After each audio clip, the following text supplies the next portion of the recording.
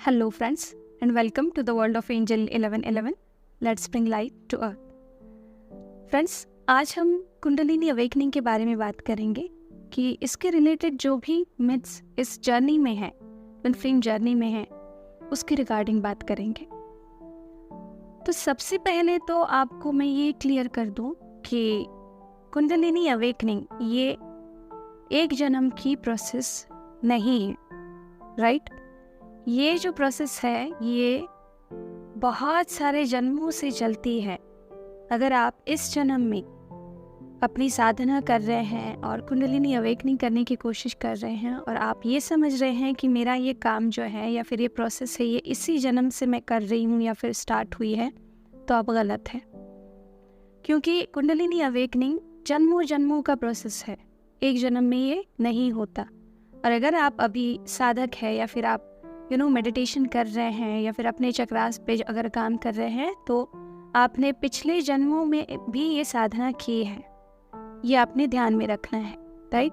हम इससे पहले भी हमने योगी का जीवन व्यतीत किया है और इससे पहले भी हमारे असेंशन के लिए, हमारे अवेकनिंग के लिए, कुंडलिनी असेंशन के लिए हमने काम किया है। तो वही प्रोसेस कैरी ऑन होता है। हमेशा ध्यान में रखना है कि स्पिरिचुअल पथ पे आप कभी भी पीछे नहीं आते। जहाँ आप रुके हैं या फिर इतने एक एक जन्मों से जैसे हमने काम करते हुए आगे बढ़े हैं, तो जिस जन्म में जहाँ पे काम खत्म हुआ है, अगले जन्म में वहीं से आगे काम चलता है, हम उससे पीछे नहीं आते। और इस जन्म में भी हम जहाँ पे काम करते हुए पहुँचे हैं, अगर कुछ हो जाए, कुछ ट्रिगर मिले या फिर कुछ भी ट्रॉमा वगैरह होके अगर हम थोड़ा डाउन चले जाएं, तो हम जहाँ पे अभी है वहीं से आगे बढ़ते हैं काम करने के बाद, राइट? हम फिर से जीरो में नहीं आते कभी भी। तो ये भी हमने ध्यान में रखना है। तो कोई भी किया हुआ काम खुद पे वो कभी भी जाया नहीं जाता है, ठीक है? तो रिसेंटली मैंने एक सोल सिस्टर से सुना है कि कुंडलिनी को अवेकन करने की क्या ज़रूरत है। ट्विन फ्लेम्स की कुंडलिनी तो ऐसे ही भी अवेकन होती है जब वो मिलते हैं। तो मैं यहाँ पे एक बात आपको क्लियर कर दूँ कि जब ट्विन फ्लेम्स एक दूसरे को फिजिकली मिलते हैं, तब उनके कुंडलिनी एक्टिवेशन को पुश मिलता है, यानी उनका कुंडलिनी एक्टिवेशन स्टार्ट होता है, कंप्लीट नहीं होता, राइट? यानी कुंडलिनी उनकी अवेकन नहीं होती पूरी तरह से, बस वो एक्टिवेशन स्टार्ट होता है, ठीक है? ये छोटी छोटी चीज़ों को आपको समझना बहुत ज़रूरी है। और अगर आपको खुद की किसी तरह का काम करने की ज़रूरत नहीं होती है, तो फिर डिवाइन ने आपको ये फिजिकल बॉडी दी है, राइट? और ये अगर बॉडी आपको दी है तो डेफिनेटली आपको ही अपने ऊपर काम करके आगे बढ़ना है। ये भी बात आपको समझ आनी चाहिए, राइट? अगर ऐसा होता कि हमें कुछ करने की ज़रूरत नहीं होती तो हम खाली बैठते और डिवाइन सारी चीज़ें करवाता, बट ऐसा नहीं है। हमें ये फिजिकल बॉडी उसी के लिए दी गई है कि हम उस पर काम करें। हमें ये मनुष्य जीवन उसी के लिए दिया गया है ताकि हम अपनी चेतना का स्तर बढ़ाते जाएं। और ये जो ब्लेसिंग्स हैं चेतना का स्तर बढ़ाने की या फिर कॉन्शियसनेस को रेज करने की या फिर अपने मोक्ष तक पहुंचने की, ये ब्लेसिंग्स बाकी किसी भी जीव को इस पृथ्वी पे नहीं मिले हैं, सिर्फ ह्यूमन को ही मिले हैं, इंसान को ही मिले हैं, राइट? तो यस, आपके ट्विन फ्लेम से फिजिकली मिलने के बाद आपकी कुंडलिनी को पुश मिलता है, वो एक्टिवेट होना स्टार्ट हो जाती है, बट आगे का काम आपको ही करना पड़ता है। बट ये आप पे है कि वो जो आगे का काम आप करना चाहते हैं वो किस टेक्निक से आप करें, राइट? आप जो नॉर्मली ये चक्रास कर रहे हैं वो भी तो एक बेसिक मेथड ही है कुंडलिनी को एक्टिवेट करने की। क्योंकि आप जो चक्रास करते हैं वो क्या है? अपने चक्रास को बैलेंस करने के लिए, क्लेंस करने के लिए और एक्टिवेट करने के लिए है। और चक्रास का एक्टिवेट होना यानी क्या? धीरे धीरे कुंडलिनी का एक्टिवेट होना। सिंपल है, राइट? ये तो एक बेसिक मेथड हुई, राइट? चक्रास करना या फिर मंत्र चांट करके चक्रास के लिए प्रैक्टिस करना, राइट? बट इसके भी कई अलग अलग टेक्निक्स है जो हमें ऋषियों से मिले हैं।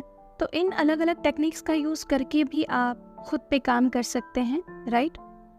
हाँ, बट ये एक बात मैं आपको ज़रूर बताऊंगी जो कि बहुत इम्पॉर्टेंट है कि मेरी कुंडलिनी एक्टिवेट होने के बाद मेरी यूनियन हो जाएगी। इस ऑब्सेशन में या फिर इस डेस्पिरेशन में अगर मुझे कुंडलिनी एक्टिवेट करनी है तो फिर आप गलत हैं। हमेशा ध्यान में रखिए कि हर एक चीज की एक राइट स्टेज होती है, एक राइट टाइम होता है, राइट। और जब भी आप उस पर्टिकुलर स्टेज पे पहुंच जाते हैं, उसके बाद अगर आपके सामने डिवाइन ये गाइडेंस देता है कुंडलिनी एक्टिवेशन का, तो फिर उसके बाद आप उसको ज़रूर फॉलो करें। बट खुद से ही कि मुझे कुंडलिनी एक्टिवेट करनी है, मुझे थर्ड आई एक्टिवेट करना है, तो ये बिल्कुल भी सही नहीं है। ये जाके आपको ज़रूर आगे जाके हार्म करेगा, ठीक है।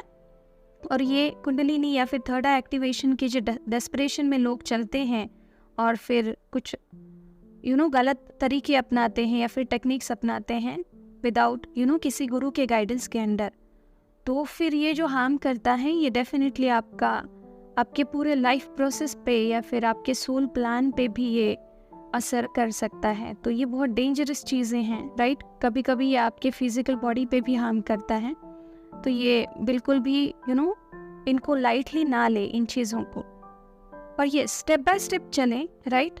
जैसे जैसे आपको डिवाइन की तरफ से गाइडेंस मिलता है वैसे वैसे ही आगे बढ़े। बट हाँ, ऐसा नहीं है कि आपकी कुंडलिनी अपने आप ही एक्टिवेट हो जाएगी, बिल्कुल नहीं होगी। आपको उसके लिए काम करना पड़ेगा, राइट। आप जो भी साधना कर रहे हैं या फिर यहाँ पे अर्थ पे जितने भी स्पिरिचुअल लोग हैं जो खुद की असेंशन की जर्नी के लिए या फिर मोक्ष के लिए जो कुछ भी काम कर रहे हैं, वो सारा कुछ उनको रिजल्ट कुंडलिनी एक्टिवेशन का ही देने जा रहा है। बस इतना है कि उन सब में मेंशन नहीं होती है चीज़ें। हम मेडिटेशन भी कर रहे हैं तो मेडिटेशन भी हमारा अल्टीमेटली वहीं पे हमें छोड़ने वाला है, राइट। तो ये बात आपको समझ में आनी चाहिए कि हमें खुद से भी काम करना पड़ता है, चीज़ें अपने आप नहीं होती हैं। और डिवाइन ने हमें ये बॉडी दी ही इसीलिए है कि हम खुद से काम कर सकें। अदरवाइज हमारे एंजल्स हैं हमारे बिहाफ, राइट, वो भी तो कर सकते हैं, बट वो नहीं करते। वो सिर्फ हमें गाइड करते हैं कि अच्छा अगला पड़ाव आने वाला है, अगले पड़ाव में आपको ये काम करना है, बस वो गाइडेंस दे के छोड़ देते हैं। ऐसा है कि वो पूरा आपका काम करते हैं, नहीं करते ना। तो बस हमें फिजिकल बॉडी इसीलिए मिली है कि हम पूरी तरह से काम करके वो जो भी गाइडेंस हमें डिवाइन की तरफ से मिलता है या फिर हमारे पूरे स्पिरिचुअल टीम की तरफ से मिलता है उसको इम्प्लीमेंट करें, राइट। अगर आपको गाइडेंस मिलने के बावजूद भी आप उसको इम्प्लीमेंट नहीं करते तो फिर आप आगे बढ़ ही नहीं सकते, है ना। ये सिंपल है, राइट। तो आपको काम ज़रूर करना है खुद पे। ऐसा मत समझे कि सारी चीज़ें अपने आप हो जाएंगी और मेरा काम सारा हो जाएगा या फिर मेरा यूनियन हो जाएगा, ऐसा नहीं है। यूनियन के लिए जिस तरह से आपको अपना इनर वर्क करना पड़ता है, अपनी स्पिरिचुअल ग्रोथ करनी पड़ती है, राइट।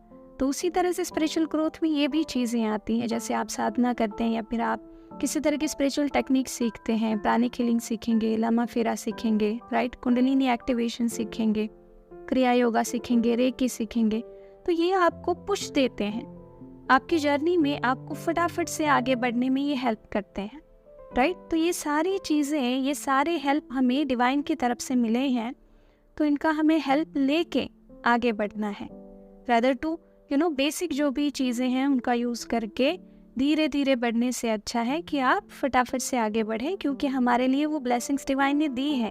क्योंकि जैसे मैंने पिछले किसी वीडियो में बताया था कि ये नया युग है, ये न्यू एनर्जी का टाइम है, राइट। पिछले कुछ सालों से अर्थ पे न्यू एनर्जीज आई हैं, तो डेफिनेटली उनके हिसाब से हमें कम समय में हमारी ज़्यादा स्पिरिचुअल ग्रोथ करने के लिए हमें डिवाइन ने कुछ टेक्निक्स प्रोवाइड की है, राइट।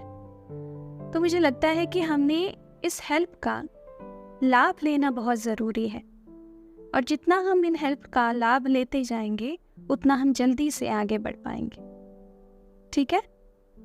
तो यस, होपफुली आप समझ चुके हैं कि आपको खुद से काम करने की ज़रूरत होती है।